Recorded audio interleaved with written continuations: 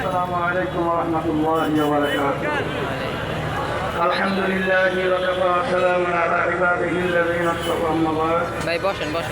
وأعوذ بالله من الشيطان الرجيم. بسم الله الرحمن الرحيم.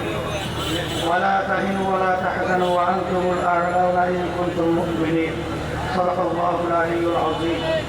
اللهم صل على سيدنا ونبينا شفيعنا وحبيبنا ومولانا محمد صلى الله عليه وعلى آله وأصحابه وبارك وسلم.